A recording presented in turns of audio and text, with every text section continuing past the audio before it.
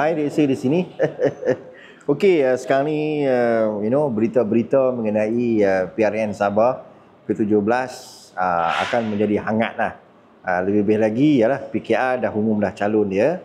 Ada 10 kerusi yang akan ditandingi BN 41. Kononnya BN ini dia ada bagi 5 orang calon anak muda daripada pemuda Sabah. 2 orang accountant, 1 doktor. Wow, accountant tu. Okey, dan 2 orang lagi ahli perniagaan. Biasalah tuan-tuan, BN ni dia teringat macam zaman dia dululah. Bila mai je pilihan raya, kami membawa ahli perniagaan yang hebat, ahli perniagaan anak muda. Kami membawa teknokrat. Tu dulu bang. Sekarang ni nak bawa calon anak muda ke, ahli perniagaan ke, dia kena dikenali di media sosial. Kalau baru nak habang, ni kami punya accountant, orang Sabah dia tak tengok. Orang Sabah ni tuan-tuan, dia memang gila media sosial tuan-tuan. Memang dia suka. Saya sendiri juga mempunyai pengikut daripada Sabah, daripada YouTube saya, daripada TikTok saya. Dan saya melihat orang Sabah ini dengan handphone lah, dengan media sosial ni dia A1 lah. Kalau dalam masa 2 minggu baru nak up si doktor tu, accountant tu cerita, bagi saya tak relevan lah. Okey, itu bab UMNO lah. Yang saya nak sembang ni, sahabat saya lah, dia baru balik daripada Sabah. Tiba-tiba dia WhatsApp kat saya. Alhamdulillah lah. Kan saya berpengaruh politik, Madani, sebut bila. Walaupun pro bono kan. Dia cerita dekat saya apa yang berlaku di Sabah dalam seminggu 2 ni. Jadi saya nak berkongsi lah di dalam platform saya ini. Dia mengatakan, saya baru balik dari Sabah dan ini feedback daripada sana. Dia orang tidak nampak BN atau PKR boleh tahan kerusi mereka dan bakal karam.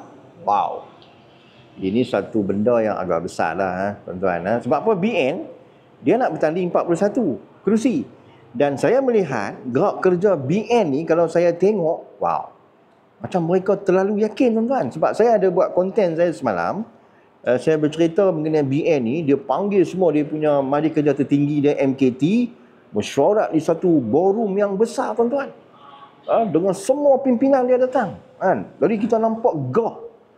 Itu saya cakap BN sekarang dah pandai, dah pandai menggunakan media sosial. Menang kalah cerita lain, tapi kena bergaya dulu, kena tunjuk yang mereka ini ada kekuatan. Itu yang saya kata, peranan media sosial ini penting kan. Tapi kalau melihat apa yang sahabat saya kata ini, BN bakal karam. Wow, bakal karam. Padahal BN ni lah 34 tahun mereka memerintah. Dan baru-baru ini Datuk Seri Dr. Ahmad Zaid Hamidi, dia kata dia berhenti semayang dekat satu masjid. Dia kata ayam tak ada. Ayam tak ada tuan-tuan. Nombor 2, elektrik terputus. Nombor 3, jalan serupa di bulan, dia kata. Kalau orang Sabah undi kami dalam masa setahun tuan-tuan, 3 perkara ni, 3 serangkai ni tuan-tuan akan settle. Wow, 34 tahun apa tak boleh settle. Tapi kali ini setahun. Bagi saya tuan-tuan, janji-janji begitu tuan-tuan, orang tak pakai dah kan. Orang Sabah sekarang ni dah cerdik tuan-tuan. Sebab apa? Mereka tengok media sosial. Itu yang saya kata. Okey, itu bab BN, bab PKR. Saya tak kisah sangat PKR ni. Sebab apa? PKR dia bukan nak jadi parti dominan di Sabah. 10 kerusi je tuan-tuan. 10 kerusi je.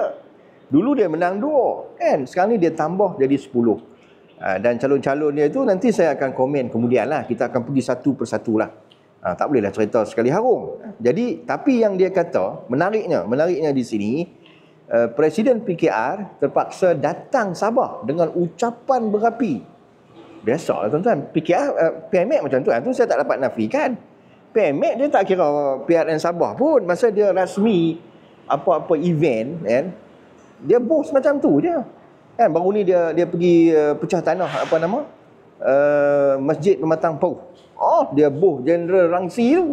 Dia kata jeneral ni satu kerusi pun tak nak kan. Tiba-tiba nak hentam dia kan. Parti pun supaya parti pejuang. Kalah deposit dia kata.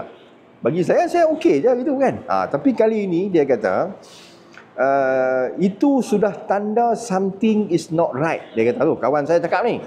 Saya tolong baca ya kat tuan-tuan. Sebab dia pergi Sabah, kita tak pergi. Konon nak bakar semangat, tapi sayang api itu bukan semangat. Itu magma politik yang dah hilang arah. Wow. Yalah tuan-tuan, kita dah melihat selepas saja kongres baru ini, apabila saudara Rafizi Ramli disingkirkan, Nick Nazmi diganti dengan orang-orang yang baru, ada orang kata apa, isu blockchain, isu AKYC. PKR ni dah dah terpecah. Ini tak dapat dinafikan tuan-tuan. Ada yang hiruk, ada yang damai, otai reformasi. Ada juga pengundi atas pagar yang mereka selama ini, mereka tidak punya berparti, tetapi mereka menyokong perjuangan Datuk Seri Anwar Ibrahim. Mereka menyokong Datuk Seri Rafizi Ramli. Apabila terjadi begini, semangat mereka itu tuan-tuan sudah luntur. Semalam pun saya bersembang tuan-tuan dengan abang-abang saya lah. Saya panggil pangkat abang lah. Saya kata kat mereka berdua, saya ini dalam PKR baru, tapi saya mengikuti perjuangan Datuk Seri Anwar Ibrahim semenjak 1998. Ahli keluarga saya, bapa arwah walid saya, kami semua tinggal kat UMNO.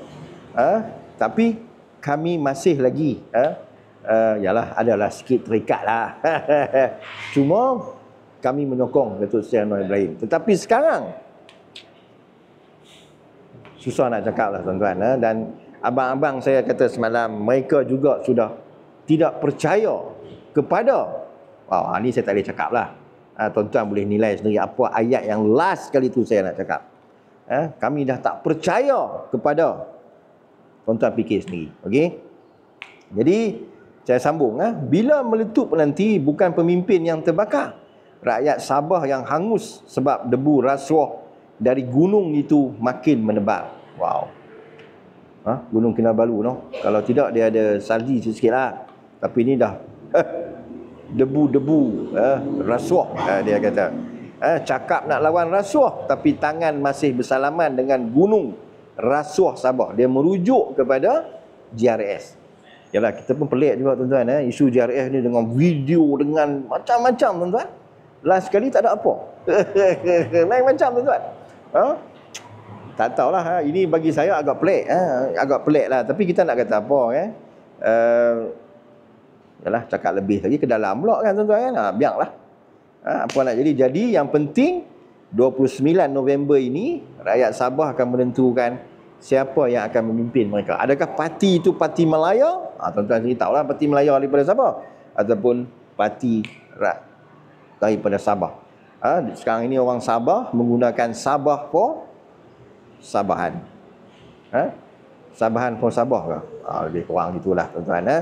Jadi sahabat saya kata sekarang orang Sabah dah bijak. Yalah zaman AI tuan-tuan. Hari-hari tengok handphone. Memang bijak tuan-tuan. AI. Mereka tak mahu hidup di bawah abu. Mereka nak berlayar dengan kapal. Kapal tu tuan-tuan tahu kan? Parti mana yang ada lambang kapal tu? Warisan. Yang tahu hala tuju. Kapal ini is the lesser of two evil, kata mereka. Asal kena dengan PKR, semua berseketongkol sapu bawah kapet gunung. Wow. Hebat sahabat saya, dia duduk lama juga lah di Sabah tu. Kan? Biar kapal kemudi, asalkan dia kata tu, biar kapal kemudi itu biar warisan. Asalkan hasil Sabah kembali ke tangan orang Sabah, bukan masuk poket politikus yang masih syok berdiri atas gunung yang reput. Wow. Bahasa kawan saya hebat juga Nampak cantik lah cara dia susun ayat tu kan. Jadi bagi saya ialah saya pun melihat golongan muda dianggarkan 60% pengundi muda di Sabah ini mereka akan memilih calon daripada parti ataupun calon yang tidak berparti untuk memimpin Sabah. Mereka nak hala tuju Sabah ini diberi kepada orang yang orang yang boleh membawa hasil nisabah itu untuk apa? Untuk kesejahteraan mereka lah. Sebagai contoh, penama warisan Syafi'i Abdal, 3-4 bulan ni memang dia aktif di dalam media sosial bersama geng-geng warisan dia, dan mereka memainkan Sabah for Sabah, dan mereka menjanjikan up to the sky, peluang ingin melahirkan 50,000 graduan kejuruteraan Sabah. Wow. Tapi kerja mana kalau kilang tak ada di Sabah?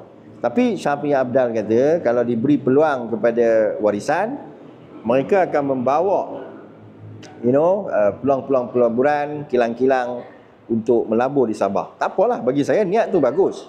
Niat tu bagus. Maknanya saya melihat Syafi'i Abdal dalam kempen dia, dalam ceramah-ceramah dia sebelum ini, mereka nak ke arah hasil Sabah itu dinikmati oleh rakyat Sabah.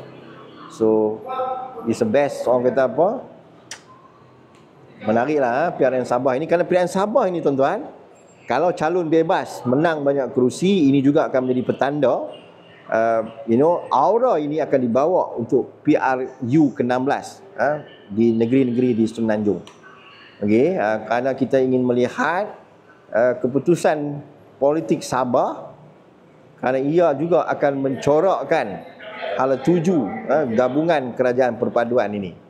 Adakah gabungan ini akan kekal dengan sama entiti pada PRU ke-16, ataupun masih lagi kerajaan perpaduan tetapi entiti yang berbeza?